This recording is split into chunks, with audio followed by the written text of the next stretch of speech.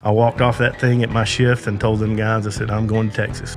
Money was good, but money ain't everything. Deep in my heart, all I wanted to do was be a cowboy. As far as the restaurant business and none of us had a clue. We didn't have a freaking clue what we were doing, man. It's been very, very good to me, and I'm very blessed beyond, my imagination that I would ever be in the position that I'm in right now through the restaurant business. But we have got some other opportunities on the plate right now that's going to really be special if we can make it happen.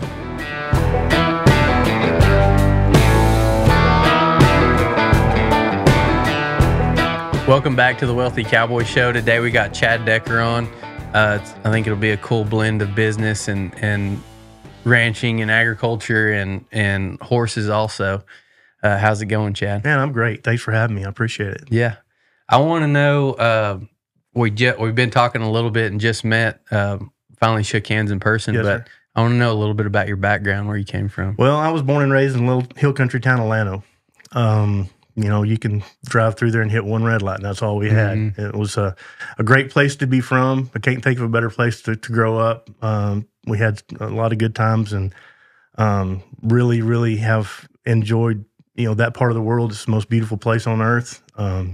And just proud to be able to call that my old hometown. Still, my dad still lives there and still have some ties there. He and I have an auction company together, so very, very proud of our heritage down there, for sure. And what were you, did y'all grow up ranching, or what were your parents doing? My mom and dad split when I was little, and I spent most of my life with just me and my dad. And he shot horses for the longest time. It's a really pretty cool story on his behalf. He went to Oklahoma State Horseshoe School, and after he graduated, he started keeping the record book of every horse that he did and everything that if he trimmed them, if he shot them, if he was a corrective shearer. So whatever he did, who owned it, what day it was, and the day he put his hammer down, he had a little over 17,000 head that he had done. So his own hands don't work like they used to anymore, Yeah. but anyway, so yeah, but in the meantime, we would always day work. Unfortunately, some of those bigger ranches at that time had already been cut up, and they certainly have by now. That hill country market, being that close to Austin, stuff just wasn't going to last. But there were some bigger ranches. There was the Airhead Ranch down there that A.W. Morrison had, the T-Stripe, Jim Ink's Ranch, the Ratliffs. There was some bigger country there. There was some 10,000 acre places, but we'd jump in there and help him. We could when Dad, he shot horses for most of those ranches anyway. So we'd go out there and he'd shoe, and we'd stay there for a couple of days and day work. But a lot of my experience in the cattle business at a young age came from when Dad decided to put his hammer down. He owned or operated a feed store, and I was the local kid that had to go help somebody's pawpaw work 8 or 10 cows, and so he would farm me out quite a bit, and I'd go at least 2 or 3 times a weekend to help somebody, work their cows or do this or do that and haul hay, and I was his little slave, for lack of a better word, but yeah, so I enjoyed every bit of it. But that's one thing about being able to do something like that, is being just able to see how diversified people really are, and how they treat their animals, and what they, the vaccines. And, back then, that was late 70s, early 80s, mid 80s, all the vaccines and the programs weren't available yet. So it was just pretty much just cut them and blackleg them and brand them. And, but some people did this, some people did that. Yeah, I always pretty cool. Enjoy. That was the coolest thing about day working, was going and seeing all different kinds of operations, and everybody does it a little different. I've worked calves any kind of way I think you can about work from a table to a chute to just putting them in a trailer, throwing them down, dragging them, whatever. Right. And it's cool to be able to go change it up, see everything, and learn. If you're paying attention, you'll learn something, what works and what doesn't. Right. Yeah, no, I mean, that's pretty much the way I got through my whole life, and still to today, just paying attention to what other people are doing. And, if it's working, there's probably something to it. If it's not, probably something to it. Yeah. Yeah, you can learn from a bad operation or bad business too. Yes, sir. Yeah. What did you do after you left home? So I left the house at 18. Dad, he came to me and said, "Hey, school." And I said, you can forget about school. I had a couple opportunities to go rodeo in college, but I knew myself, and I knew I wasn't going to commit to the classroom. Yeah. So I told them I'd probably just better stay here and try to make a living. So had an opportunity to go work for an environmental remediation company on the East Coast, and left home, and man, it seemed like there would never be another poor day. I mean, I was making $30,000 a year and $65 a day per diem. And man, I thought this is the greatest thing since sliced bread. And what was that? Were you running equipment or something? Well, no, yeah, equipment, a shovel. Shovel and a pick. We were actually working a gas pipeline cleanup on these pig launches. They had PCB oil, that they had considered contaminated. So we went in, and you couldn't use heavy equipment around these high pressure gas lines. So literally we hand dug holes for, 15, 20 foot deep. And I can always remember as a little kid, and my mom would always say, if you don't pay attention in school, you're going to be digging ditches for a living. Well, I'll be damned. She was right all along. So we've hung around that for a while. Of course, all I ever wanted to be was a cowboy. That's all I ever wanted to be. I couldn't see myself doing anything else. Was sitting on top of a big shaker tank in Savannah, Georgia, one night, and I was on a night shift, and we were running a dredge boat, and I was sitting up there on top of this separator, and it was snowing as big as your hat. It was just coming down, and I thought to myself, this ain't your country. Yeah. You need to get your ass back home. So I walked off that thing at my shift and told them guys, I said, I'm going to Texas. And I turned around and brought my ass back to Texas. And money was good, but money ain't everything. And like I said, deep in my heart, all I wanted to do was be a cowboy. So came home and found myself in Stephenville, Texas, trying to rope and hanging out with some buddies of mine that were going to school here, and ended up getting a job at Classic Rope, and worked there for a couple of years and roped a little bit on the side, and soon found out I wasn't good enough to make a living at it. It was fun on the weekends, but I'd starve to death if I tried to make a living at it. So met my wife there in Stephenville, and my next gig I had, I was working there at Classic, and the phone rang one day. And guys came and got me, and went over there and got on the phone. It was a real good friend of mine and my dad's, named Bubba Ushery. He lives down in Pretty now, but he was down there working, doing some welding jobs on a ranch in Fredericksburg. And that ranch turned out to be Mr. David Dewhurst's Falcon Seaboard Ranch. He was our land commissioner and ran for lieutenant governor, and really, really good gentleman. Anyway, phone rang, and he had a guy named Jody Cunningham that was down there training for him. He had ranch horses and kind of wanted to do some cutting and some roping. And Jody turned out he was a Purina clinician at the time, and he was looking for an apprentice. So Bubba had called and said, hey, we may have an opportunity for you if you're still interested. And I said, dang right. So he said, well, I'll be here at 6 o'clock in the morning. I said, I'm in Stephenville right now. I'm going to leave here at 3 o'clock in the morning. So anyway, I did. I left at 3 o'clock that next morning and drove down there. And I got to the front gate there between Fredericksburg and Kerrville. And this place is a big deer-proof fence. Got a big white limestone rock entrance at the front. And the gate was locked. Like, damn. This is like we were talking about a while ago. This is before cell phones. Yeah. What am I going to do? So, hell, I climbed my ass over the fence, and I walked about a mile and a half up there to the barn, and there was this guy sitting on a bench right outside the saddle house there at the barn. And I said, I'm Chad Decker. I'm here for an interview with Jody Cunningham. And he said, well, there won't be no interview.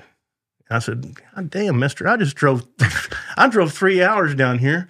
I said, and the damn gate's locked. He said, the damn gate's locked for a purpose. He said, I locked the damn gate to see how bad you want a job. That's why there's no interview. You walked up here and got yourself a job, and that's all I needed to see. I thought it was pretty shitty at the time, but it was a pretty cool way to do it. Yeah. Testing you a little bit.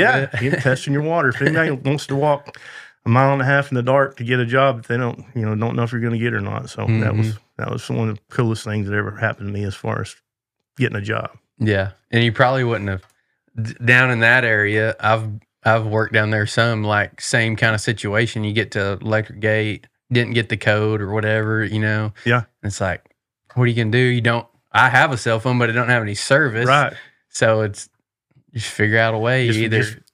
Wait for, hopefully somebody's fixing to come by, or figure out how to rig it up and get in. Yeah, man, I tell you that. And I tell kids that, that work for me today, I try to use that story sometimes because you never know what's on the other side of that gate. And if you don't open it, you're never going to see it. So always climb that fence, you know, or if there's an open door, always look through it because you never know what's on the other side. You know, I never dreamed in a million years that I'd be in the restaurant business by any means. And that's been, you know, my biggest success story so far is being able to be a part of the growth of Hard 8 and putting Hard 8 together. Yeah, it's I mean, I always say that it's like it's not the resources you have, it's how resourceful you are and turning one situation into learning from it and going to the next thing and getting you further in life. And, right. Yeah, it's always about just your perspective, how you look at something. Sure. Yeah, and I'll be the first one to tell you I've learned a lot from mistakes than I have from from being the winner of. I like to like your ranch name. I like to learn the hard way. It sticks with you. Yeah. That was just carrying forward the name from Hard 8. You know, derived from that. But we do things the hard way sometimes. You know, we jump in with both feet and we figure it out. But that's been a venture for sure. So where did you go from there? You started apprenticing under him, and so I apprenticed under Jody, and he went out on his own. He had some clinics and stuff that were going on, and he didn't have time to stay at the ranch. So when he left, I took over the reins of the horse operation. And what were you? So you were training mainly kind of ranch horses? Ranch horses and rope horses. DX Trailer Sales is based out of Lubbock, Texas, and it is definitely not just a trailer dealership. If you are involved in the Western way of life, and if you're listening to this show, you probably are, then they have something you need. From trailers for a day working cowboy to a full-time cattle hauler to hay trailers for a farmer or rancher to arena drags, rope and chutes, and feeders for the rodeo cowboy or cowgirl. They also deal in every kind of hay any of your animals could ever need. Literally anything you need, farming, ranching, or rodeoing, they're going to have something for you, and it's going to be at a super affordable price. Besides all that, everyone you deal with there is super friendly and very helpful. So check out DX Trailer Sales on Facebook or dxtrailers.com and tell them you came from the Wealthy Cowboy Show. The day I set foot on the Snafflebit Ranch, there was 52 head of 2-year-olds that had never been touched, and that was my job, was just to get those things broke and get them where somebody, you know, we could move them down the road. Something. And so that was my deal. And Mr. Dewhurst had put some acreage together, so I'd leave the barn that morning riding 1 and ponying 3 and just to make a big circle and get back by lunch and eat lunch and do the same thing again. So it was a pretty daily cycle over there. I didn't see the highway for 72 days. Yeah. So yeah, it was fun. You know, it was a lot of fun.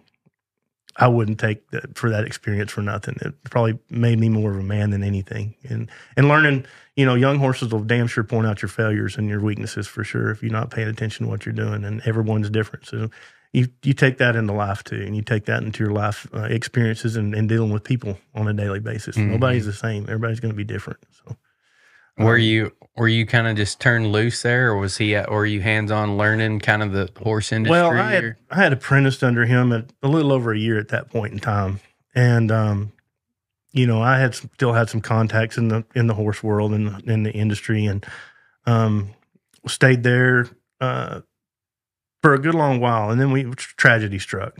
We had Potomac horse fever come through there, and I myself and the ranch vet spent countless hours. I mean, getting 2, maybe 3 hours of sleep a night for 4 or 5 months, and doctoring horses and trying to save horses, and it was terrible. I wouldn't wish that on anybody.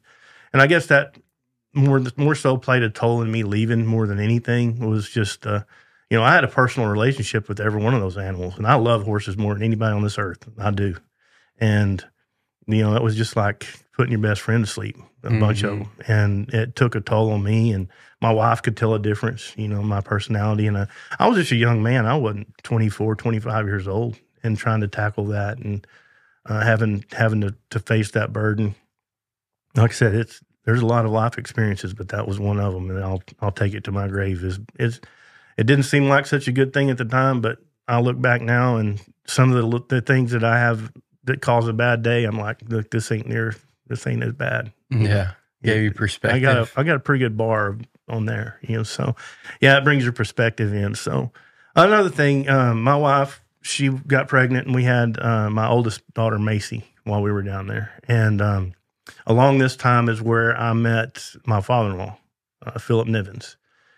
He and my wife's mother, Vicky, both of them had started dating. And we had Macy, and Carrie, my wife, Bear. I'm going to call that's her nickname, Bear. So she was the only child with my mother-in-law. So you can just imagine, the first grandchild hit the ground, and we're 3.5 hours away, and we need y'all closer to the house. So speaking with Philip, and he and I just kind of started putting our heads together and figuring out, is there something we can do together and something I can do to make a living up there? And anyway, left the ranch on good terms and moved back to Toller. And got a job building ropes for Professional Choice. That's something I'd done with Classic, so it was just like jumping back on the bandwagon. Here we go again. So was building ropes for Professional Choice. I was moonlighting and riding horses for Ernest Wilson at night, and I was picking up and flagging rodeos for Lester Meyer on the weekends. So anything and everything I could do to make a living was tough. Yeah, it was trying to make ends meet with a brand new baby, and we got it done. We got it done. But yeah, it's working your tail off every day, all day. Didn't have much at the time, but we were happy. And then standing on our own 2 feet, there at the ranch, we had a place to live. We had ranch vehicles and all that stuff that comes along with your ranch job in Fredericksburg. And when you leave that, you're starting all over again, big boy. So there wasn't a time that I didn't say, what the hell did I just do? I'm out here scraping this pile together, and it's tough to keep it together, but it worked out. So moving forward from that, Philip and I were talking and decided, the barbecue business, and that's something that, being from Llano, that's what we do. Everybody knows Cooper's Barbecue, and Terry and Jason Wooten are dear friends of mine. Jason was in mine and my wife's wedding. They own Cooper's down there, and but that way of cooking and that way of preparing and serving meat is just a common denominator down there. It's the old German style way of doing things with an open pit like that. And so we thought, heck, if we ever find a spot in North Texas that we'll think would fit with something like that, then I think we'll give it a whirl. So my father-in-law, he had been in the oil and gas business for years and years and years, and it got to the point, it was early 2000, 2005, 2006, maybe even a little bit before that, the luster was wearing off on it. The changing of the guard. Used to, the guard could take people elk hunting, or you could take them deer hunting, or you could take them fishing, and you had some jobs lined up. Yeah. Well, then the changing of the guard happened, and no more of that could happen. So it, spread it out. And I'm not saying it was a good thing. I'm not saying it was a bad thing. It's just an old thing. That's just the way it was. And all those guys listening to this today will know exactly what I'm talking about. It's just truth. That kind of came to the end, and he said, I'm just tired of fighting this. It's a daily grind, and we're just tired of it. And anyway, I'm driving up 281, coming back from South Texas, and I passed this little tire store right there at the corner of 67 and 281. Just an old, worn-out truck stop tire store. And I thought, I'll be damned. There it is. So I called Philip on the phone. He happened to be in Granbury at the time. And him and my mother-in-law drove over there, and we looked at it and drove down to the real estate office, made an offer, and bought it that day. It was for sale? That was for sale, yes, sir. And actually, the lady that was a real estate agent, she owned the place. So we sat down at a table just like we're doing right now and negotiated the price. And he wrote a check, and that was the end of it. And we were going to take that thing, and it's a little cinder block building. We're just going to clean out the inside, tear the inside, and we're just going to remodel it. That'll be our barbecue joint. Sounds good to me, whatever. So I went in there and started tearing stuff down, and brick by brick, and nail by nail, and had a little dumpster set outside, and I was working my tail off. And he walked in there one day, and he said, "Get out of the way." And he went over there and got a track hoe and just started smashing the shit out of this thing and just turned it into rubble. I'm like, "What are you doing?" He goes, "We ain't doing this. If we're going to do this, we're going to do it right."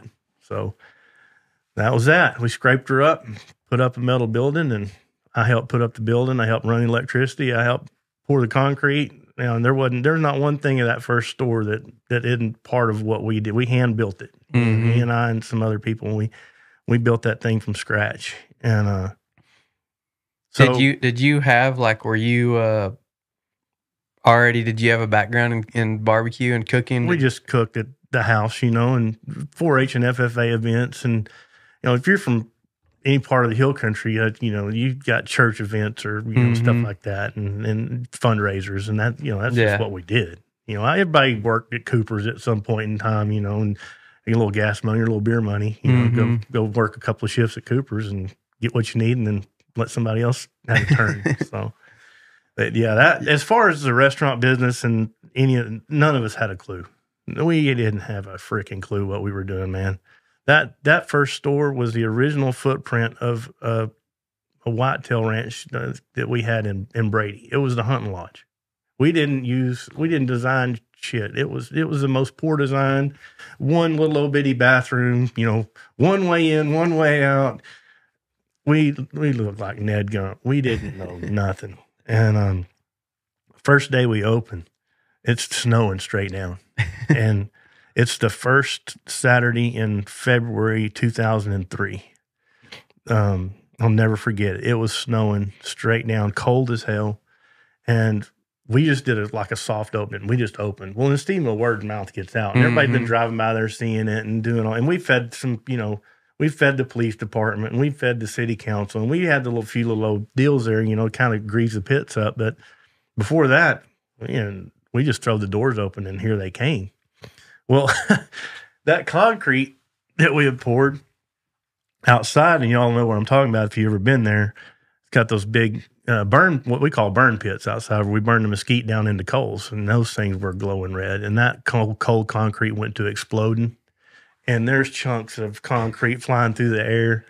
And all these people think it's a show. They think we're putting this, like, they're clapping and yelling, and I'm like, I told them college kids that were working for us, so you get your ass out of here. Somebody's going to get killed. I mean, it was bad, real bad. But, that right there just goes to show you that God does take care of stupid people. So, yeah, we got through that. And the end of the day, we look at one another and said, hey, that's pretty good. We did pretty good. Counted the money. Hey, not a bad first day. We got to do this shit again tomorrow. And the day after that, and the day after that. And the reality set in. And we had hired a few kids, but not enough for a shift all day, every day. So we went immediately into freaking hiring. We hired every heartbeat that walked through the door, man. And so, yeah, the restaurant business is really, really been good to me. It's put my family into some situations that we would never have been in if I just remained a cowboy. God, things happen to people every day. And I'm going to use the word God things because it is. If you put it to the simplest form, my mother-in-law got pregnant with my wife at a young age, and there's always that choice whether to move forward or not. And I look at this every day, a single parent, a single mother like that, and toughed it through and had her. And then along comes, and we're actually at Fort Worth at a roping, and this is the first time I get to meet my future father-in-law, Philip. And my mother-in-law just broke up with a long-term boyfriend, and she had just happened to be working that roping that day, and she ran into Philip. So there's little God things along the way that if they don't happen, this don't happen to me. And I try to break that down in perspective a lot. At least the older I get, the more I start looking at those little God things that, if they happen, okay, there's a reason for that. If they don't happen, there's going to be a reason for it down the road. You just hadn't seen it yet. Yeah. So, yeah, I just finished on the way up here this morning a book called The Slight Edge. And at the end of it, he was talking about forming his company and the same kind of deal of, he was talking about planning and stuff, and most people want to make this elaborate plan, and he's like, I just got out there, and he said, this one thing happened to me, and I had to pivot, and then I ended up meeting this guy, and I followed up with him for months, finally made a sale, and then this guy turned into this guy, and then we founded this whole other deal because of it, and he said, I never would have known, you know, all these things. He said, if it would have been raining like 2 of those days, you know, none of this stuff would have happened. Oh yeah. No, there's little things that happen in your life, and I don't care who you are. If you think about it long enough and you break it down long enough, if some little thing didn't happen or did happen, it could have changed the course of your whole life. Mm-hmm. And that happens a whole lot more than we realize. But if you do just take the time to really think back and look back on things, there's a lot of God involved. Yeah. A lot of it. Yeah, for sure. I think also if you sit at home and not doing anything, nothing's going to happen to That's you. true. That's what Philip, and I go back to Philip because he was my mentor through all this, and one of the best. I'm going to go ahead and say this because I know a lot of his friends are going to be listening to this, but it's one of the best and worst businessmen I ever knew in my life. But he had a knack for finding the niche, you know, and no matter what it was in, he was all in 100%. One of the greatest men that I ever knew. And in September of 2011, I lost my best friend, my business partner, and my father-in-law all in the same britches. And it was a tough pill to swallow. I miss him every day, but I learned so much from him through the years, him and my dad. And, you know, a lot of other people have been influential in my lifetime, and I'm sure they have you and everybody else out there. But there's that one that you can stick your finger on. And he left a really long-lasting impression on me and how to conduct myself and be a businessman and, you know, surround yourself with good people. Mm-hmm. You may not know how to do it, but there's somebody out there that does know how to do it. And if they're better than you, hire them. You know, it's that simple. There's always going to be somebody out there that's better at you at something. But if that's what you want to do, get their ass online. Mm-hmm. Yeah, I'd for sure. That like mentorship. Everybody I study, I mean, that's the biggest thing is mentorship. Mm-hmm. And, you know, that's how the world used to be, is like it wasn't like you got out of, you turned 18 and then went to college and learned from all these people and came back or whatever.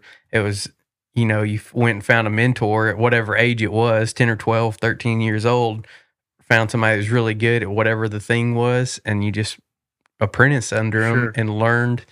And I think that's, you know, one of the best ways to learn. I don't learn sitting in a classroom. You know, it's usually getting out, doing the thing, learning some stuff on your own, and then having somebody show you, right, hey, don't do this next time or whatever. Yeah. It doesn't matter. And it doesn't matter if it's roping or business or cleaning the bathroom, you know? That's right. I've never been successful or learned anything about anything that I have not been able to put my hands on. If I can't put my hands on it and control it or learn from it, then it's probably not for me. Mm-hmm. I'm just not built that way. You know, I can sit there and look at a book or a textbook or any kind of book. I can look at it and read through it for an hour, and you can ask me, and I'm not going to learn shit. At the end of it, I'm not built that way. But you can put me on a piece of machinery that I've never been on before. In about 5 minutes, I've got it figured out and I know how to do it. Mm-hmm. So that's just the way I'm built. I'm not saying that's for everybody. You kids listening wanting to go to college, y'all better get your ass to college. But that wasn't for me. You probably remember Brad Glenn's powerful story from episode 39. Besides making badass handmade boots, he's the man behind Cactus Alley Hat Company. He comes up with some sweet designs and even has done his own custom caps. Brad truly is an artist, and you can see it in the designs he comes up with. If you're gonna wear a cap, you might as well wear a cool one and support a guy that has come up from the bottom and gives all the glory to God.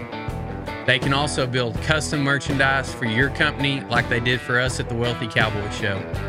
Follow Cactus Alley Hat Company on social media and go to cactusalleyhatco.com to order your swag. I think just learning and being open to learning is a great skill. I don't know that I learned a whole lot in college, but I also wasn't, you know, like you talked about, I went to rodeo and have a good time. I wasn't going there to learn something. Right. Yeah, I mean, let's take that in perspective, how much rodeo has changed through the years and the learning instruments that these kids have in front of them now. You know, all we used to have was a cowboy toy that fit on the top of a coffee table or a pool table, and you know, bet your buddies $1 here, $1 there. Well, you know, they have all the videos and they have all the roping dummies and machines, and, you know, Heck, we didn't have a Smarty. We had a donkey, you know, or a goat. And it was successful for a lot of guys. But you look at those kids now, and I say kids, you know, they're 24, 25, 26 years old that are making a living with a nylon. You know, they grew up in an era where they could put their hands on just about any learning tool that they needed. And of course, horse flesh has changed. You know, that's changed the game probably more than anything, I think, is the horsepower out there that's available. Yeah, that's just in my own experiences. Like, that's what took me. Well, I never got like super good, but there was a level change from going to like just a kid that can kind of put a run together and, you know, in the calf roping in like 13 or 14 or 15 or whatever. And then it was a horse started working, and then everything started clicking, and I started roping better and getting off better. And then it got a little faster and a little faster. And even now training horses, like having one that's easy to rope on, like when I get one going pretty good, I can put one together. And then like if I'm not in sync with another one, it really shows up. Right. The horse makes a huge difference. For sure. You know, growing up, if you know, like I said, it was me and my dad mostly. And, you know, he rode a few outside horses, and he did the very best he could as a single parent. And I always had something to ride. Now, it might not be the best thing, but I always had something to ride. And he would haul me all over the world, junior rodeos. And I had one of my very best friends in this entire world, Alec Broyles. They lived in Cherokee, and we rodeoed together. And, you know, some of the most humbling times of my life, you know, back in the late 80s, early 90s, going to some AJRA rodeos, and we've got a 24-foot, you know, gooseneck open top slide, you know, trailer with our cots and bedrolls sewed up in the nose, and you pull up beside the Wardlaws and hear their damn generator running all night, and they're riding rocket ships, and we're riding something we'd gather goats on for 3 days, you know, and just showed up to the rodeo. But no, that horsepower is certainly made a game changer, you know, all up and down the whole rodeo aspect. And, you know, from the junior highs, you know, the junior kid rodeos, those little girls riding some rockets, and, you know, just the horsepower in general has really evolved a lot from when I grew up. Oh, yeah. We had one horse, and that's, you know, you learned, Yeah, you had did everything. had team rope calves, you know, you know, if you had two, man, you had something. Yeah. You got Have two a horses. practice horse and a good horse. Yeah. Yeah. I'm going to go saddle my horse, not horses, my horse. I want to get back to when y'all opened Hard 8. What was it like in the early days? Was it just a success from the start? Was it, were there some challenges and growing pains? Yeah, there were challenges, but usually it was self-inflicted, you know, because we didn't know anything about the restaurant business. And when you hear somebody tell you that the restaurant business is built by counting pennies, it's true. Every penny counts. And, you know, in the business we're in, with so much protein that we deal in, and that being a, you know, pretty high market value on most of that stuff, your amount of leftovers and waste, you know, you can't reserve on the barbecue pit. Yeah. And it's something that really, you know, you better pay attention to. So that was probably one of our biggest obstacles was getting through that. Another one, you know, just not being able to train a sufficient enough staff to run that, because I don't know what the hell I'm doing either. Yeah. You know, we're all learning this together. So yeah, working, my poor wife, she was pregnant with my second one, Allie Grace, whenever we opened Hard 8 in Stephenville. And the poor thing was a single parent for 5 years. You know, heck, Stan Edgar, which is like my brother, he helped me. You know, we opened the Hard 8 with my mother and father-in-law. And he and I would be up there literally 16, 17 hours a day. And that's every day, all day for both of us. I mean, Monday through Sunday, and we could start over again on Monday and do it again to Sunday. And we finally got to the point where we had some guys that we got trained enough where we could take at least half a day off a week. But this went on for 5 or 6 years.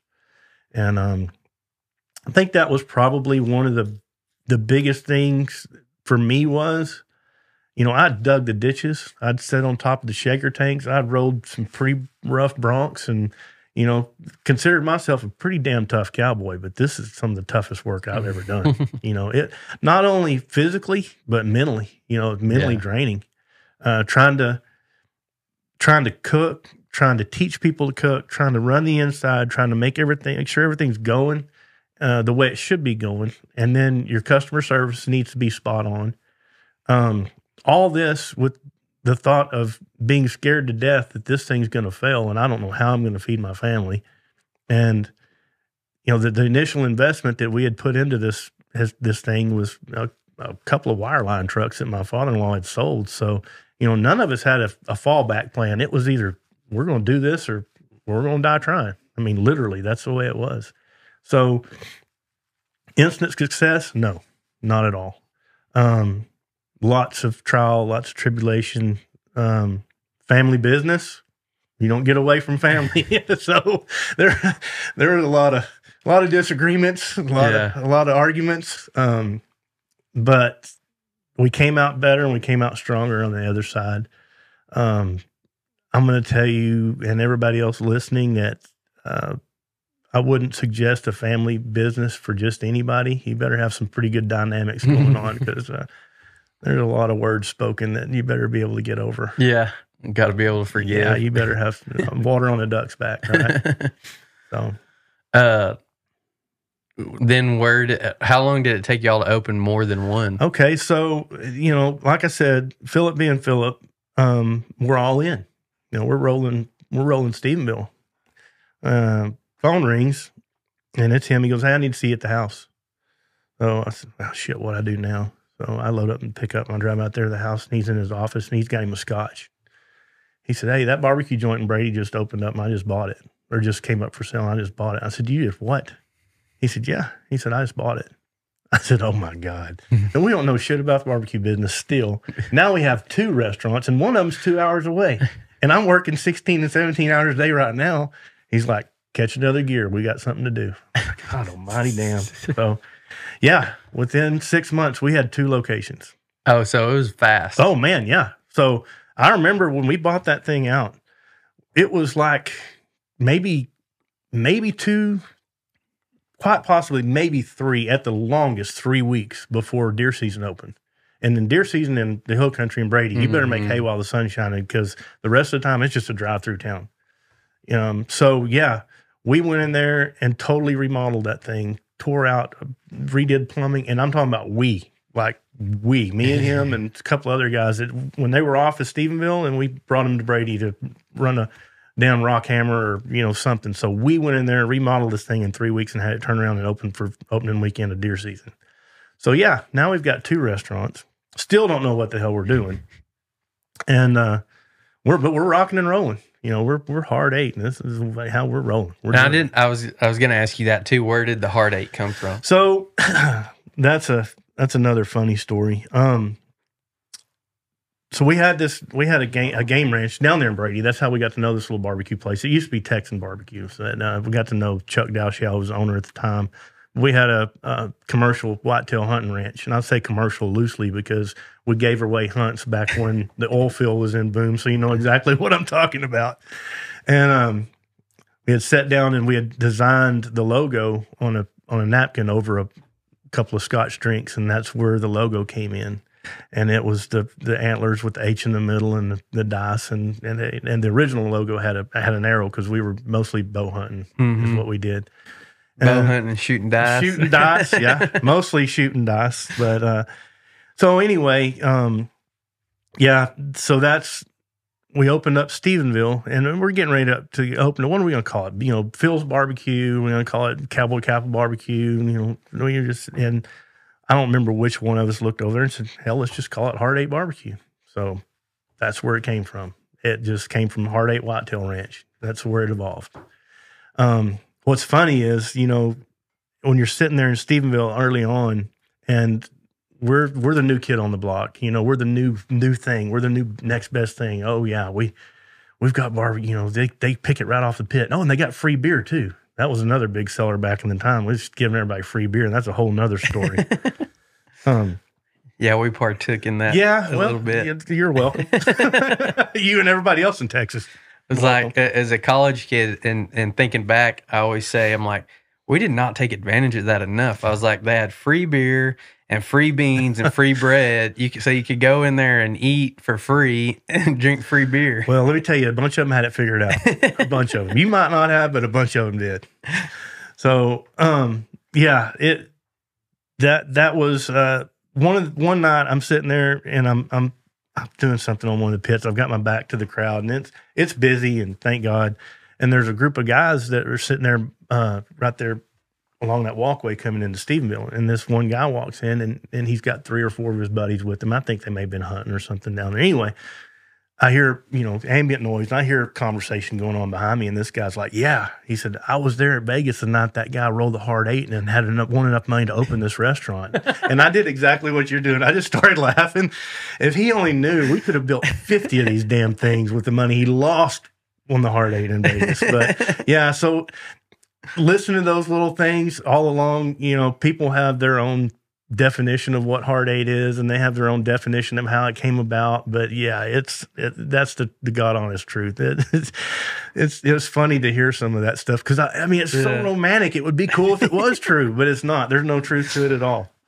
Yeah, you're taking some of the romanticism and cool stories out by telling the truth. Yeah, I mean, it puts a wet washcloth on everything.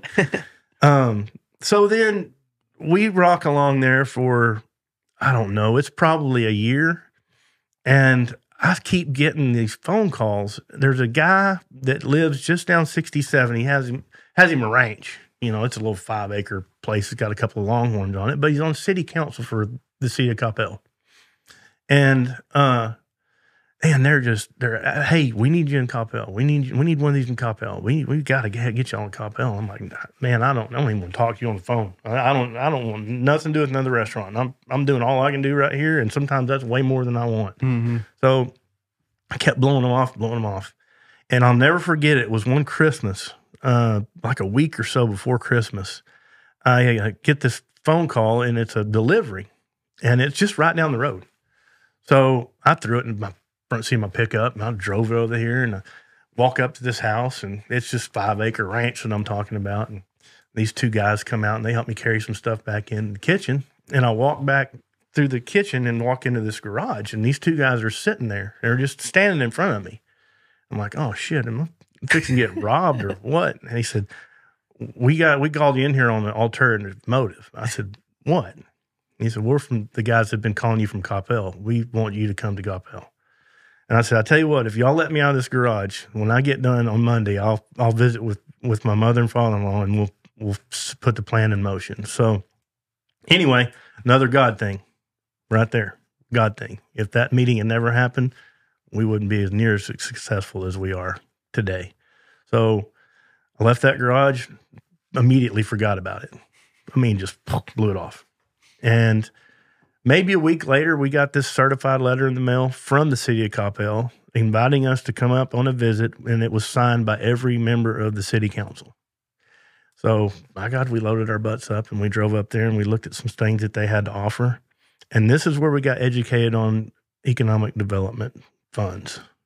There are those such things that if you're looking to start a business and it is a one-of-a-kind or a destination type business, there are funds available through economic development in certain cities that are available to bring people in there, whether it be tax abatements or whether it be some funds up front or help with infrastructure. There are programs in place to help young businesses get established into town. So that's something to think about. Mm-hmm. Yeah, it's cool for those incentives, just like on prior episodes, we talked about like the Young Farmers and Ranchers deal with FSA and stuff. That's how I got started. And same deal with the incentives to get started in business. Sure. The small business loans. And like you said, these city incentives and different things going on. And it seems like especially now we see these small towns like we were just talking about here, are wanting to redo their downtowns and get to thriving again and bring businesses back. And that's what got us into Coppell. So they were wanting to reestablish Old Town, which was, basically the layout of Coppell is Old Town sets about 1.5 miles due north of DFW Airport. And if y'all are more aware of the Bass Pro Shop off of 121. We're about a mile and a half to the east of there.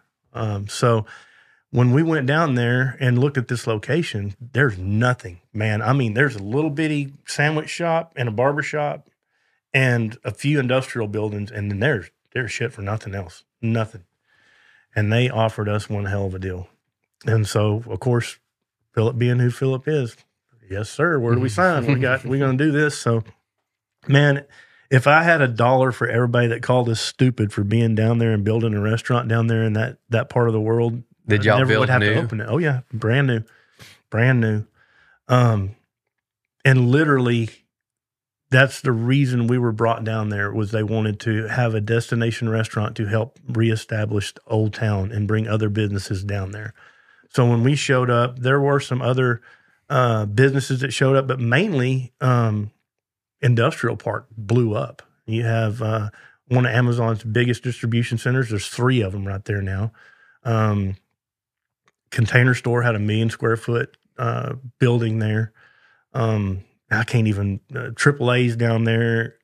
There's so many I can't really come off cuff and tell you all of them. But and it's something you didn't even want to do. No, I mean, it's something we had no idea. And so being in that heavy traffic area during a lunchtime gives you the 1 hour blue collar worker that's going to come eat a quick lunch, a quick barbecue sandwich or something like that. And then the evenings is when your families show up and they come from, after work, and they come from the city of Coppell, or they come from Grapevine, or they come from somewhere and eat with you. So it turned into the best of both worlds, because you don't have just one single dynamic at a lunch crowd or a dinner crowd. It's all along the whole thing. So that was another one of those blessings that we really didn't go in there with eyes wide open. But when it came to choosing our new locations, that was one of the things that we learned. What's the dynamics of being able to share a lunch and a dinner crowd, or is it just going to be mostly lunch? Is it going to be dinner? Where does that slide end up? Mm-hmm. Yeah, it really taught you a lot. It did. It really did. And that's a lot.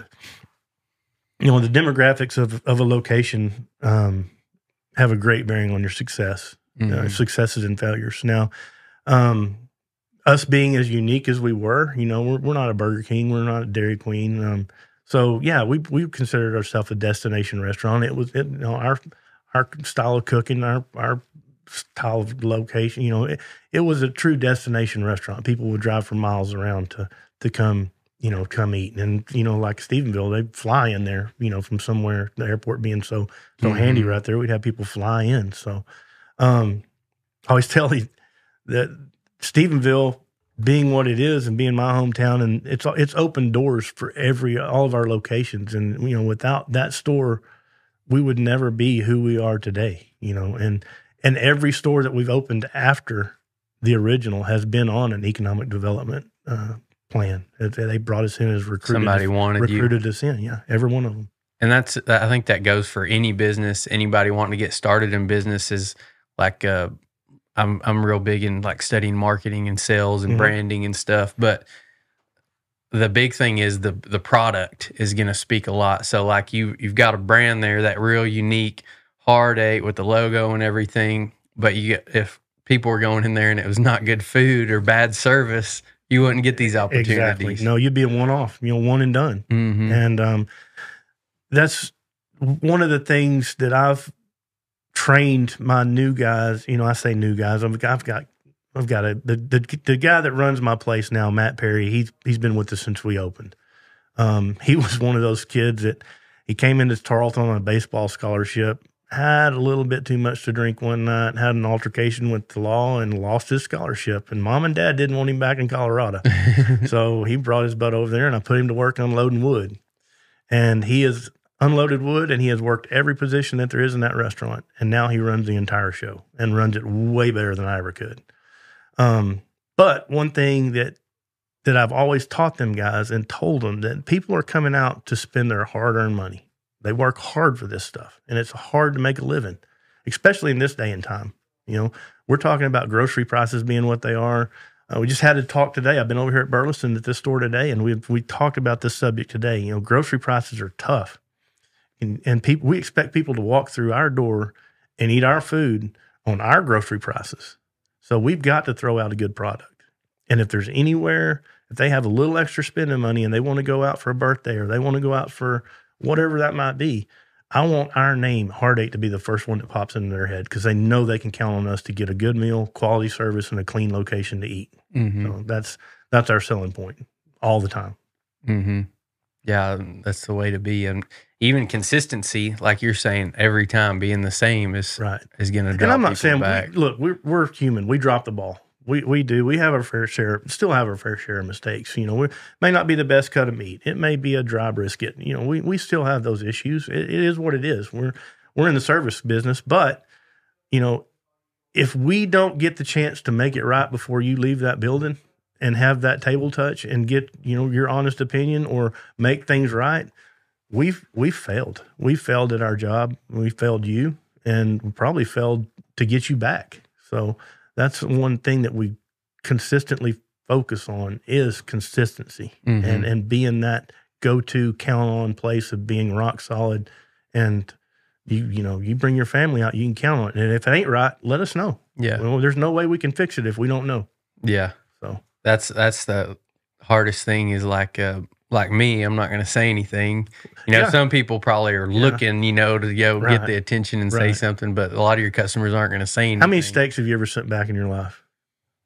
Probably none. I can't think of one either. I mean, we all hear horror stories of what happens when you send one back, but I'm not that guy. I'm just going to eat it. And unfortunately for me, I'm the people that I'm trying to touch in my restaurant because if I eat, I'm probably not going to go back, you know, or I'm not going to tell somebody that this is the greatest steak I ever had or this is the greatest brisket I ever had. But you know, like I said, we've got some people that will damn sure tell you if it ain't good. You know what I mean? We were at Del Frisco's Grill up here one time, and the people sitting behind us sent back. They ordered short ribs or something, and she sent it back because it was too salty. Oh, really? Yeah. And I was like, what? I don't know if I'd have done that. Yeah, I'm not one to complain, and I'm gonna eat it anyway, probably. Well, hey, I grew up on Fritos and bean dip. I mean, it can't get that bad. I promise you, it can't. But so yeah, I mean, the Heart 8 evolved from the Coppell location to into Roanoke and another what they call the unique dining capital of Texas. They wanted us down there to anchor that, and we were down there with the Babe's Chicken Dinner House, and then along came some others, and they were reinventing Main Street. And if y'all haven't been down there on a Friday or Saturday night, really cool atmosphere. It looks like downtown Mayberry. It's very family friendly. All kinds of different locations that you can just drop in and have a appetizer or a beer and go to the next one. So, really cool little thing that they've done down there. How many locations do y'all have? We got 5. So we left. We got done with Roanoke. Philip passed away halfway through the construction of Roanoke, and me and my mother-in-law had a big time sit down gut check. You know, what do we do? We've lost our patron. We've lost our leader. We've lost the guy with all the balls. Yeah. What are we gonna do now? So, you know, I told him on his deathbed, I made a promise that I would see this thing through to the end, and gave a man of my word. So she and I pulled our britches up, and we finished Roanoke. We all got it open, and started right away. It was successful. A great location, great building design. Just everything about it was top notch. And in through the doors walks the gentleman that put the Nebraska Furniture Mart Grandscape deal together up here off of 121, just outside of Dallas, Frisco. Nebraska Furniture Mart, and you know, that's the big entertainment district down there now, and they needed somebody to anchor the front door, which is right off Plano Parkway and 121. And so we sat down and started negotiating, and said, we're building this flagship development. It's going to be the finest, one-of-a-kind things you've ever seen in North Texas and probably all over the world. We're bringing in all kinds of different businesses and restaurants that are not prevalent to this part of the world, and we want y'all to be a part of it.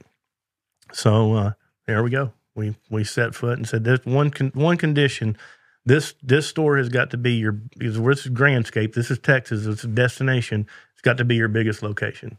So we built an 18,000 square foot building. And I'm telling you right now, whew, man, that was a tough pill to swallow. But at the same time, another God thing. It happened, and we couldn't have a better location. Those people have been so great to deal with. All along, it's just been a very enjoyable experience from top to bottom doing business with them. And once again, another economic development opportunity with the city of the Colony. And from there, we got an opportunity in Burleson. So we put one in South Fort Worth down there off 35, and just not too far from here. Mm-hmm. And it's been successful as well. You and I talked about it earlier. Burleson is a growing town. Crowley, Burleson, all this area down here. Fort Worth's migrating south. Mm-hmm. So not really betting on what's here now, but what's coming in the future. Yeah. So that's where we're at on our business point there. And as far as expansion into the future, we've got some really cool opportunities I can't really talk about right now, but there's some things on the horizon for us that definitely another God thing.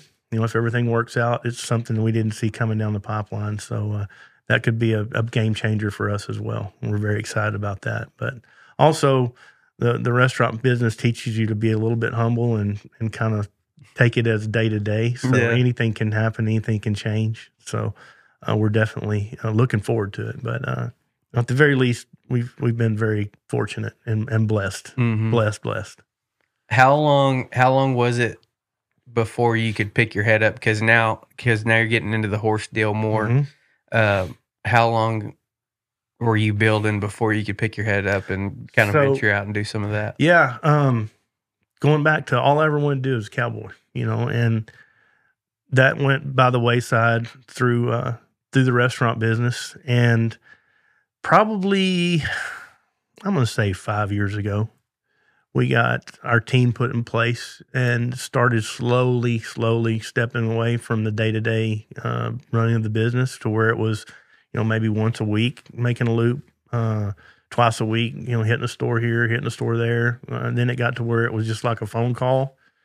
And now it's like if somebody calling now, some bad shit's happening. The house is on fire. Yeah. These guys that I've got now, and I want to call them kids, but they're not. They're young men and young women that are running my business and our business. And I'm speaking for Vicky and Carrie and myself. It's been a blessing for our family, for one, just because it takes the stress off of being together on a daily basis in business. And it actually allowed us to spend a lot of time together that we missed out through the years. And that's one thing about the restaurant business is you can forget about the 4th of July. You can forget about most of the holidays because most of the people are going to be in your building, hopefully they're in your building doing business with you on those days. So a lot of those things are sacrificed to that. And I missed a lot of my girls growing up. I missed a lot of their, ball games. I tried to make as many as I could, and I tried to do as much as I could. But, that's the sacrifice you make on a restaurant. If you're going to be open 7 days a week, is you're open 7 days a week. Mm-hmm. And, if somebody doesn't show up for work, you better get your apron on and get your butt to work because that's what's going to happen. But so,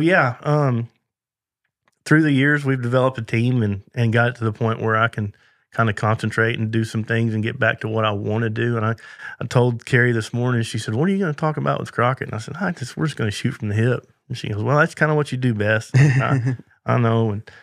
And so one thing I want to tell him, probably is that I get to live the second half of my life like I wanted to live the first half, and get to do the things I want and the things I love, and I get to afford it. Yeah. You know what I mean? So, ranching anymore, if you didn't, I'm going to put it point blank, if you didn't inherit it or start with it, it's hard to make it cut out.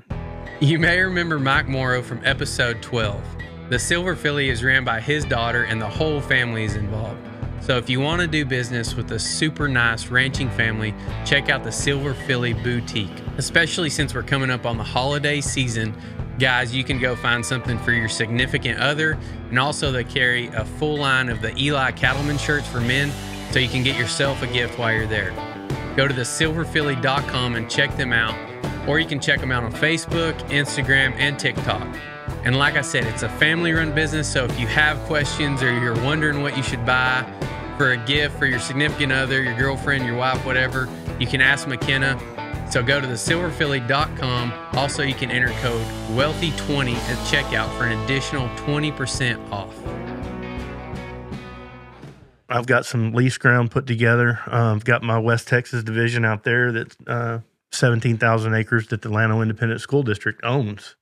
Back in 1840s, the state of Texas issued land or money to every independent school district within the state. And Llano took the land. And literally, my front gate is literally 2 miles from Western Skies Steakhouse. Really? Yeah, couldn't have a better location. So 17,130 acres is what they were deeded, and they still have 17,130 acres since 1842. And that's what I'm very proud of, because that's my hometown that, my heritage, my hometown that owns it. And now I have a chance to lease it and be a part of that. Did that just come up for bid, or have you had that a long time? I've had it a year now. I've had it about a year. I was thinking I've seen that come up for bid before. It probably has. And at that time, so I have a really, really good friend of mine, Jerry Don Moss. He is a county commissioner there in Llano. I went to school with Jerry Don. And I'd spent a little time and told him, said, look, I can't do it now, but later in the future, my plan is to return to ranching and cowboying. And if that thing ever comes up, just, give me a heads up, whether it's bidding it or, if there's just an opportunity, I'd sure love to have it. Mm-hmm. And sure enough, the gentleman that had it before I got it, he got older, and he lived down South Texas, I think Pleasanton or somewhere down there, and long trip up and back, and just got to where he just didn't want to mess with it anymore. So it came back up, and he called me and said, hey, you still interested? And I said, you damn right. So went down there and looked at it, and man, there's a lot of work to be done. There's a lot of brush control. This is a rank. And but I saw an opportunity, and like you said, it's hard way. That's the way we do things. This is the hard way. Mm-hmm. And a lot of hard work. And one thing that I do love to do is be able to turn nothing into something, and to fix what needs to be fixed, and cleaning some brush. I love to clear a place off and just see the true possibilities of what Mother Nature has got, down deep, and getting to the bottom of what the land can do for you. And may have bit off a little more than I can chew out there, but it's small bites. But I love it. I mean, like I said, you don't find those big ranches like that anymore. And to have an opportunity to put that in your belt. And I've got a really good friend of mine that his brother-in-law, you might know Cash and Clipville. Mm-hmm. He runs that division for me out there. He runs that ranch. And okay. We've got a really good thing going. We've got about 300 head of mama cows, beef cows, and about 150 head of Corrini cows out there that they're running right now. And as we do some more brush control, we'll be able to add to that some more. Mm-hmm. And then I've got some more places. And I say I'm partners with my brother-in-law, Justin, on all this. We're 50-50 on everything. And another gentleman from Georgia, Wilkes Barnett, that I just met here a couple of years ago through the horse industry.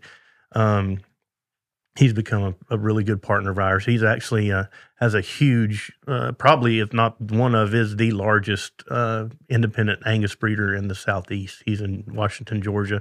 Just had his bull sale here last Saturday. Very successful, and have got to become really, really good friends with him. And we're ranching together, and he got an endless supply of great Angus bulls. Yeah. So if y'all are looking for some really good Angus bulls, hit me up.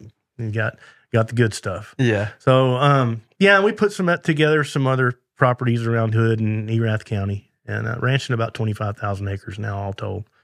And, man, I'm enjoying life. Mm-hmm. It's a great way. It's not the living, it's the lifestyle, and I tell my wife that all the time. She's like, seen your checking account lately? I was like, yeah, I know. But it's the lifestyle. Yeah. Yeah, and Clinton Anderson talks about that on his podcast too, about, he kind of sacrificed there for a little while, which he was still in the industry, mm-hmm. not complete sacrifice, not hating every minute of mm-hmm. it, but sacrifice a little bit. And if you work on the right things, then you can set yourself up. You can work 10, 15 years and set yourself up for the rest of your life. Right. And so that's kind of the path I'm taking. And me and Shad talked about this, was like, there's two paths to be a rancher. It seems like it's the really hard, path.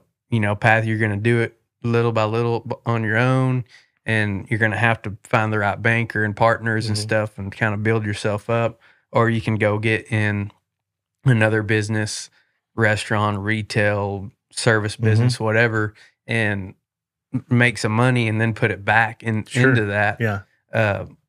Which is kind of what I'm doing. And this one, building a business, delays the dream a little bit. You definitely want to get to your dream. Yeah, most definitely. And then the problem I see with building it up is like, if you don't do that right also, then you're just, are you living the dream or are you living the nightmare? If you're stressed out all the time and got big ups and downs and stuff, and that's not the life either. Yeah, yeah. No, you're exactly right. I mean, there's no full-time good and there's no full-time bad in anything. You're going to have your peaks and valleys in everything that you do. But if you love what you're doing, you're going to have more good days than you are bad days. And the ranching business, the beef business especially, everybody's talking about how high beef prices are now. And they are. But they're right there where they should be, because so are pickups and tires and oil and gas and, feed, mineral. I mean, everything, hay and equipment, everything it takes to be successful in this business is extremely high. The maintenance on it is extremely high. And, you sell one calf a year, off of one cow. So you have got to capitalize on that opportunity as much as possible with, and being as resourceful with what you've got as you can to make the ends meet. And, on my other side of it, I've got to make as much out of that box beef on that calf, again, giving a customer the best possible value of a meal that I can possibly afford to sell it to them at, and being consistent at it. So, I get it from the front side all the way to the back side of it. And seeing that transition, I guess, for myself, especially as much protein as we do sell through the beef markets, and what we can do to negotiate the beef prices with the producers and the packers, that, the sheer volume, thank God that we have, that we're able to get the lion's share of the good prices on our side, which enables us to pass that on to some of our customers and be competitive. You can price yourself plumb out of business. You really can. And I hear this all the time, gosh, damn, it's so high at your place. I said, well, what'd you leave with? Well, I left with a big oak to-go container. I said, okay, well, all right. You got 2 or 3 meals out of it, didn't you? Yeah. Yeah, I did. Oh, okay. All right. Did my job. Yeah. So, yeah, but anyway, yeah, it's, that the ranching goes along with the restaurant. It's pennies. You're counting pennies, and every penny counts. And like you said, and fortunately enough for me, that's not the way I make my living. It's my passion. It's my desire. It's my lifestyle. I've been going out there to the Green Ranch and helping Billy Green and them day work for the last couple of years, and I've really enjoyed out there. I love going out there to Albany, and him and his wife are such great people, and Henry, his son, we have a good time when I'm out there. And to see that legacy ranch and to see how long they've made it living and made that land work for them, it's really impressive. And you're in the dragon pen, and you're maybe on the ground, on the ground crew or something, and you strike up a conversation with the guy you don't even know from who knows where, and like, what do you do? And it's like, well, I own Heartache. He goes, what the hell are you doing here? Like, well, I'm just here for the fun. Yeah. I'm just here because I didn't get to do this my whole life. I'm just catching up. That's what I'm doing. I'm catching up. And I'm sure you found, like I've found passion and have fun doing what I do, not cowboying every day, but doing other stuff, business deals and stuff. I'm sure you found passion and fun in doing the restaurant. I've got to sit down and visit with and be across from and be in the room with people that, you'd never even dream that you would sit down and meet. I met Johnny Morris the other day. He owns Bass Pro and Cabela's, and we sat down over dinner, and it was one of the greatest gentlemen I've ever met in my entire life, and had one of the greatest meals and the greatest conversations. And I just take what he said and just tried to absorb everything that he came out of his mouth, because that gentleman literally built his business off of 8 foot of store space in Springfield, Missouri, in his dad's liquor store. That's where this came from. So he too had a lot of God things along the way, but the way he goes about his business and his business plan and the people he surrounds himself with is his success story for sure. You know, he owns tracker boats. He owns, you know, his own line of apparel. You know, he bought out Cabela's, and that was one of the stories I wanted to kind of hear. You know, because I shopped at both of them, and you know, Bass Pro being more fishing and Cabela's being more hunting, which we love to do both. But I wanted to hear that story, and he said, you know, to be as politically correct as you could, he said it had to be one of us that was standing at the end, and I wanted it to be me. So I got my team together and I made it an offer, and we hashed it out, and we made it work, because this business of the outdoors is not big enough for 2 giants. It was only you need one. And they said that's where I decided it was going to be me and not them. So yeah, just you know, and that's one instance of several that I can name of people, men and women, that I mean, these women are just, golly, they've got so many examples of women that have made success out of their life. And my mother-in-law being one of them, God bless her. She's hung in there with me in these restaurants, and, you know, super successful at what she does. She's made several investments into houses, and she owns her own little boutique hotel there in Granbury now that I told her would never freaking, there ain't no way in hell. You're just spending money, and I'm eating crow there, but big time. But no, it's afforded me the opportunity to sit there and look at life through somebody else's eyes and what they had to do to get to the point and success that they're at.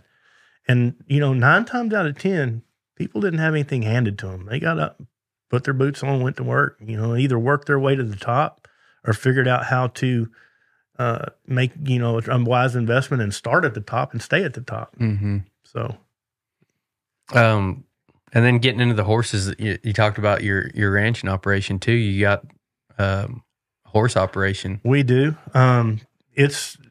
I've been in this rope horse futurity deal. This is our first year, and man, we've had our successes. You know, we've had our chances that slipped through our fingertips, and I really love it. Like I said earlier, there's nobody on this earth that loves a horse more than me. Nobody. And I grew up, you know, I was riding before I could walk, and you know, my dad shod horses for a living, and you know, I was his go-to. I was the guy that held the horses, you know, and I was his, you know, my dad said I could talk to a horse way better than I could talk to a person. So that's always been my passion. And for some reason, you know, he's right. I mean, I get along with horses way better than I do with people. And so I got the opportunity to get into this rope horse deal. After Philip passed away, I hit the road and conquered another dream of mine, was being able to rodeo a little bit. So I started tying steers down and tripping, and got in the truck with Mark Milner and Shay Good and Troy Brown, and got to run the roads with them guys for a couple of years, 3-4 years, and filled my card, and you know, got to go to Cheyenne, get to go to Pendleton, get to go to some of the bigger shows, and quickly found out I was not cut out to be the rodeo cowboy. There's too much downtime for me, especially being a steer roper. Too many downtime, too many days down, you know, in between shows. But wouldn't trade that experience for anything. You know, it was one of those bucket list things that I was fortunate enough to afford to be able to do. And so I did that. And then I've been watching this rope horse deal evolve for the last couple of years. You know, you and I were talking before the show. I really think this is the jump start that the horse industry needed, because everything else had just kind of flatlined.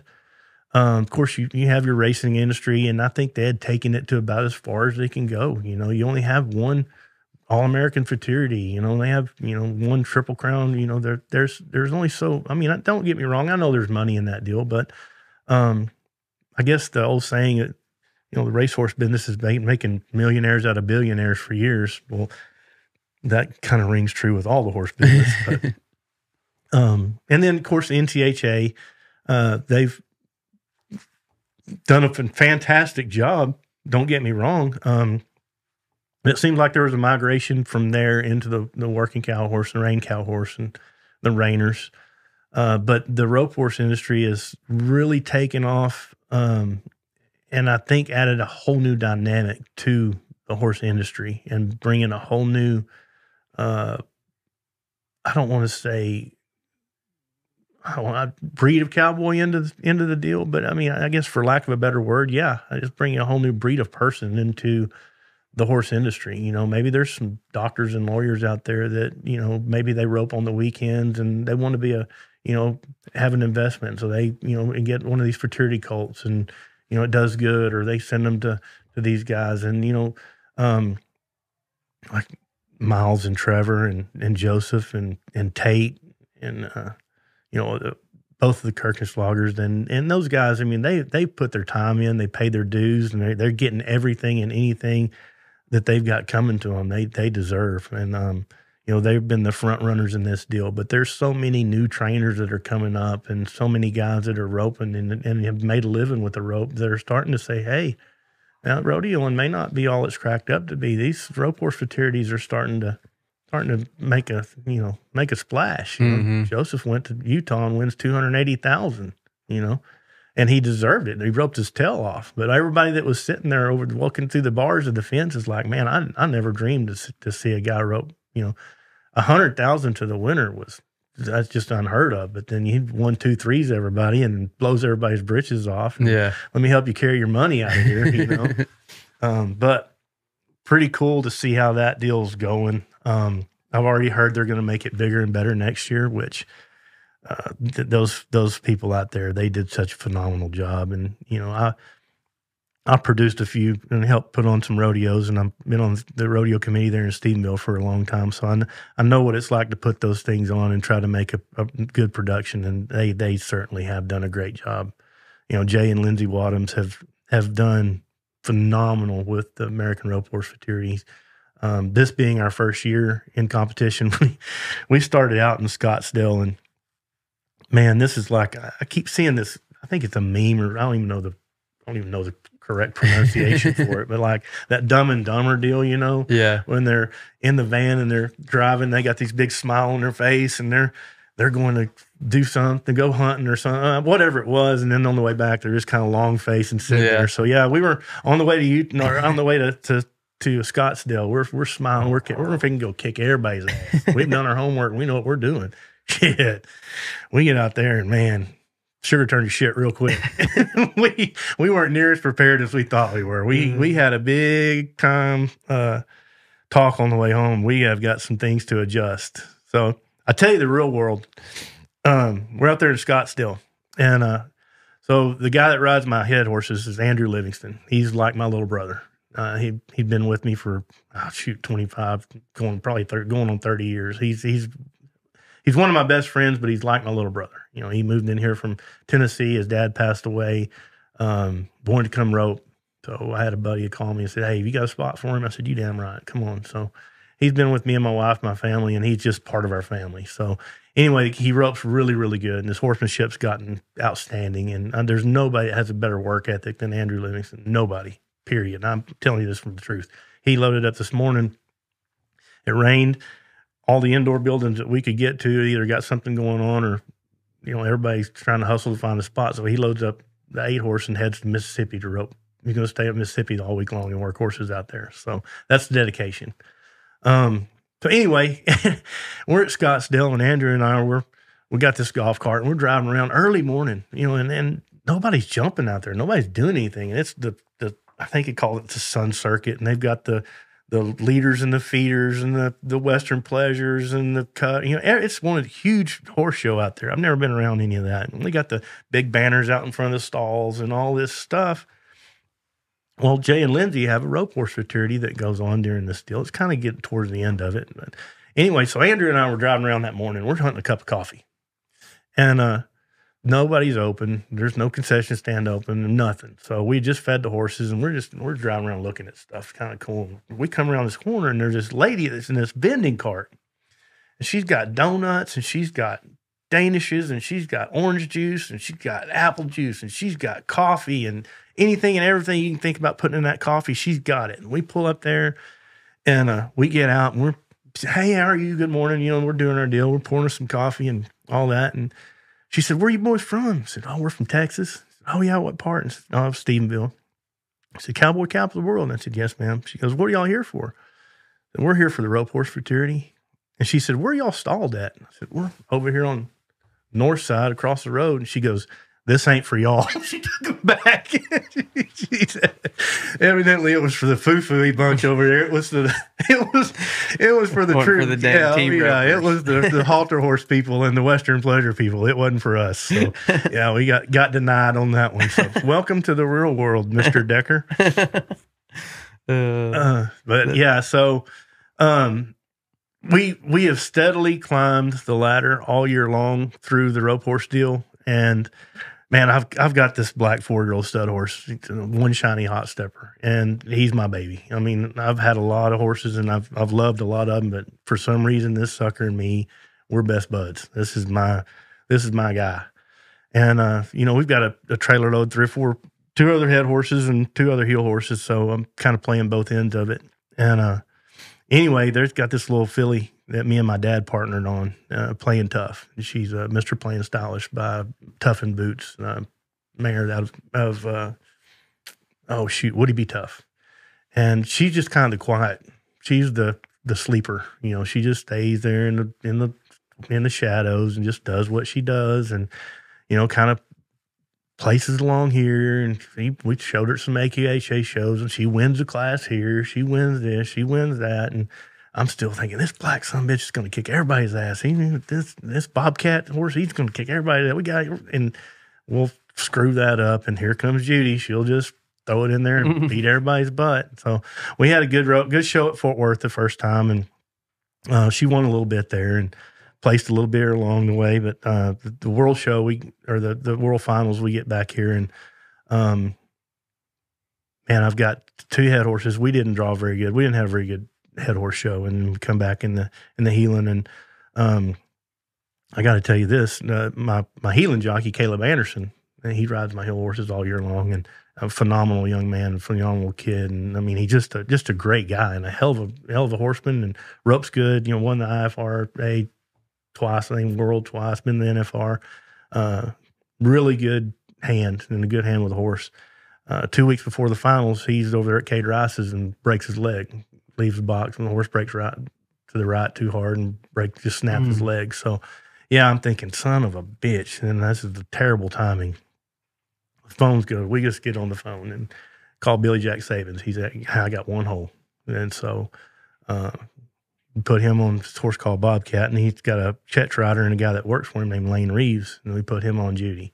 And I can't thank these 2 guys enough for taking me on it. And they didn't have to. You know, they probably could have got on somebody else's horses. They probably could have filled a hole somewhere else. But for some reason, they jumped on board, and I can't tell them, thank you enough. That I really appreciate that. And Mr. Dixon Flowers as well for letting those 2 guys do something like that on the competitors' horses. Mm-hmm. It's pretty cool. So anyway, these 2 guys, they get on at the World Show and ended up, we had a pretty decent run on Judy on the first one. I think he like 232 or something like that. And we drew a runner at the back end on the next one, and he's like 222 or so. And we got a lot of ground to make up on our third one. And man, we draw a screamer, and Billy Jack's heading for him, and she goes plumb to the back end. Comes off the back wall, kind of ducks back underneath the head horse, and Lane wears her out. And Judy just does what she does, and they 238 her. And I mean, this doesn't happen at the back end of the pen ever. So we get into finals. We get into finals of the intermediate and the finals of the Open. And anyway, had a really good run on our last one. Ended up being 5th in the world in the intermediate, and then 15th in the world in the Open. So really good, learning curve our first year, what to do and what not to do. But the successes that we've had and the chances we've had along the way, for our first year, I'm really excited, and I'm satisfied. I am. Say you're hooked now. Yeah, I mean, I was hooked before it ever happened.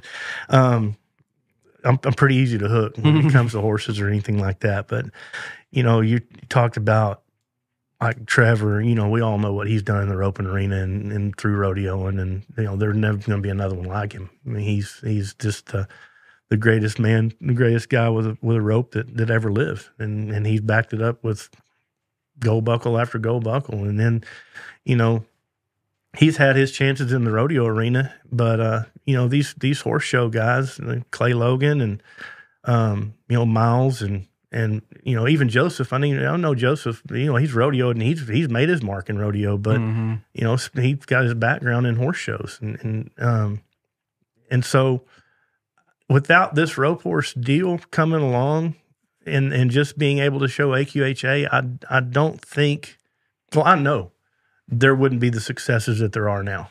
I think it's brought those guys a whole new dynamic of their own that they don't have to rely on, a one-run horse show to make a living anymore. This has brought on a whole new aspect for these guys, and I'm proud because they paid their dues. They've been in it, they've hit the road, they've done this for years and years, and put up with,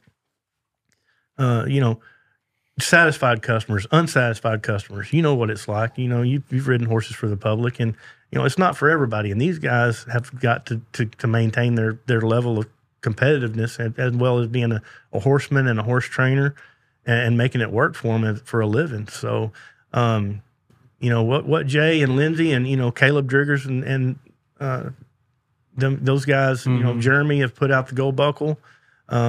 I know there's Riata, there's the the Royal Crown. There's a bunch of them, but it's brought on a new dimension of opportunities for these guys, and I'm proud to see it. Yeah, it's time that it happened. It really is. Yeah, it's gonna. I don't know what all it's gonna do. It's gonna really build up the rope horse deal to where you don't got to go rodeo all year and be gone. Yeah. To make a living. Yeah. Riding horses, you can. Yeah. Do it at home. Do it at home. Yeah. And a lot of people are I'm going to say this because I probably was one of those guys until I opened my eyes and became a little more optimistic and wanted to play the game. But there's so many people that'll say, well, I saw the results. It's the same guys. It's Trevor, it's Miles, it's Joseph, it's Tate, it's this, it's that. Well, it is because they don't mess up. When the chips are down, they perform, and thinking back this year, we had our opportunities to be right there with them. We may not have had an opportunity to win the event, but we've had an opportunity to win something. Mm-hmm. And we've gotten in our own way a lot. And that's been the biggest learning curve, is we have got to consistently be able to put ourselves in the short round and then give our chance and set ourselves up a chance to make a good run. And then whatever happens after that happens. Mm-hmm. But I can go back and have talked with Caleb, and I talked with Andrew both about this. We cannot sit here and say, man, these guys that, and these guys this, and these guys. No, we've had our chances. We have had our chances, and there are chances out there. Those guys do mess up. It ain't very often, but they do mess up. And, you can expect that they're going to be riding the very best that they can ride. They're not going to be bringing something they can't win on. They love to win just as much as anybody. And if they're going to season one that they think they got a chance to win, probably catch rider, somebody that is loping horses at their ranch and heading horses, doing something. It's probably the one's going to be riding. Yeah. But no, it's a new fun adventure for me. We're going to get into the breeding aspect of it. We're putting some horses together. I've got some running bred mares. We've got some cow horse bred mares, and we're going to start crossing some stuff up. Like I said, I've got that stud, and really think he's kind of a unicorn. He took to this thing really good and got a great mind on him. And if we can keep him together, and which I think he will. If we were going to blow him up, we'd have done it this year. We entered him in the intermediate and the open everywhere we went. I think him or maybe one other horse might have been two 4-year-olds was in the deal in every roping, but haul a 4-year-old all over the country, and everybody else is running 4. We're running 7. Mm-hmm. So he took to it really good, and we're excited about what he has in store. But man, these things are so tough. They're so tough. You don't have a chance to. You stump your toe, you're done. Yeah. You know, but that's life. You stump your toe, you're done in anything. Mm-hmm. You know what I mean? I was gonna ask you that, kind of leading into that, what your future plans were with the business, and then also with the Hardway Land and Livestock. Yeah. So the horse business is going to go hand in hand with my ranching. There's only going to be a certain few horses that make the cut to compete at that level. We all know that. It's just, it is what it is. They either got it or they don't. And you need to decide early on whether they got it or they don't, because a lot of time and effort is spent on these animals in the roping pen. And, you know, if you get a couple of years, 3 or 4 years into it, and, you know, they're not winning, they just not that show horse. They're just not that horse. You know, there's other avenues to go. You can sell them as a World Series or jackpot horse or something like that. But our ranching industry and the amount of country that we put together, I'm going to be able to you know, ranch on those things and put their work clothes on and really give somebody a nice, well-rounded broke gelding or mare that they can be proud of and go drag calves on, or take them to the local jackpot, or, you know, maybe go rodeo on them, you know. Mm-hmm. So being able to branch out and be that place that you can go to, and when you see that brand on their hip, it's going to be something that you can count on. You know, it's going to be one of those horses that's going to have some backbone, and it's going to be one of those horses that's been there, done that. So, and then on the restaurant side of things, do y'all have any future plans for expansion? And we do. Like I said earlier, I've got some opportunities on the table that it's a little too early for me to talk about now, but very excited about that. Very excited. The restaurant industry is, like I said, it's been very, very good to me, and I'm very blessed beyond, you know, my imagination that I would ever be in the position that I'm in right now through the restaurant business. But we have got some other opportunities on the plate right now that's going to really be special if we can make it happen. Cool. Yeah. You know, how can anybody help you out? Go eat at Hard Eight. Oh man, yeah. Take you and all your friends. Yeah, bring you and all your friends, man. No, I'm pretty easy to find. You know, and I mean this while ago. You know, if you walk in our place and our food doesn't meet your expectations, or our customer service may not be up to your standards, then by God, let us know about it. You know, we can't fix it if we don't know it's broke. Mm-hmm. And we're not going to be at every location all the time. I'm not going to be at any location any of the time anymore. But I still have some friends and family, and believe you me, my friends are the first ones to let you know if things ain't right. Trail Ridge Cattle Company is on a mission to make beef jerky like your grandpa ate. Austin Tarrant, who you heard on episode 33, like many of us, loves beef. He's been in the cattle business, he now has a meat market, and has now started Trail Ridge Cattle Company with his partner. Most of us think of jerky as a healthy snack, but if you actually look at the labels of most jerkies in a convenience store, you'd probably be confused as to what all the ingredients are. Austin developed the jerky at Trail Ridge by only using top quality products and not taking any shortcuts in the whole process that lower the quality of the product. If you're looking for a healthy, nutritious snack, check out Trail Ridge Cattle Company beef jerky at trjerky.com. If you love beef like me, you'll want to keep a couple bags in every pickup that you have. Pretty easy to find. These guys at the restaurants, they can usually get a hold of me if anybody needs to get in touch with me. Yeah, and on Facebook too, and Facebook, yeah, we've got and then you got the Hardway page. Yeah, too, social right? media. Yeah, my Gracie Taylor does my social media work for me on Facebook and TikTok and Splatterface, or what I don't even know anymore. Everywhere. Yeah, everywhere. So, yeah, so there's that, and shoot, man, I'm pretty simple. I'm pretty easy. Just give me a call. Yeah, I appreciate you coming on. Yeah, hey, thanks for having me. It's been fun. I'm a podcast guy now. Yeah. Well, we'll see y'all next time. Sounds good. Thanks, man.